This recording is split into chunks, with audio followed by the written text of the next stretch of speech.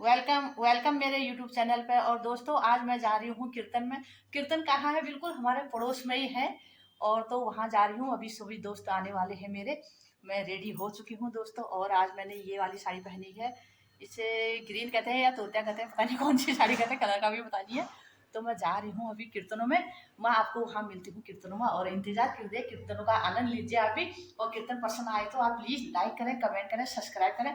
और चैनल पर अभी तक नहीं जुड़े हैं तो जरूर चैनल को सब्सक्राइब करें।